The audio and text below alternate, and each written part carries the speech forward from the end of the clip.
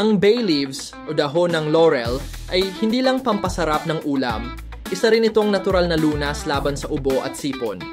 May taglay itong antibacterial at anti-inflammatory properties na nakatutulong sa paglaban sa mikrobyo at pagpapaluwag ng plema.